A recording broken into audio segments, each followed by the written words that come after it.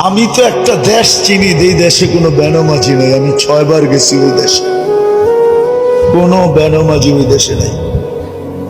এটা আমার প্রথম দিন প্রমাণ হয়েছে। আমি প্রথমবার যখন যাইতেছিলাম আদিস আবাবার থেকে ইথিওপিয়ার থেকে আমার ফ্লাইট ছিল, আমার পাশে যিনি বসা ছিল ও প্লেনে পুরা দাঁড়াইতে পারতো না, ছাদে লেগে যেত।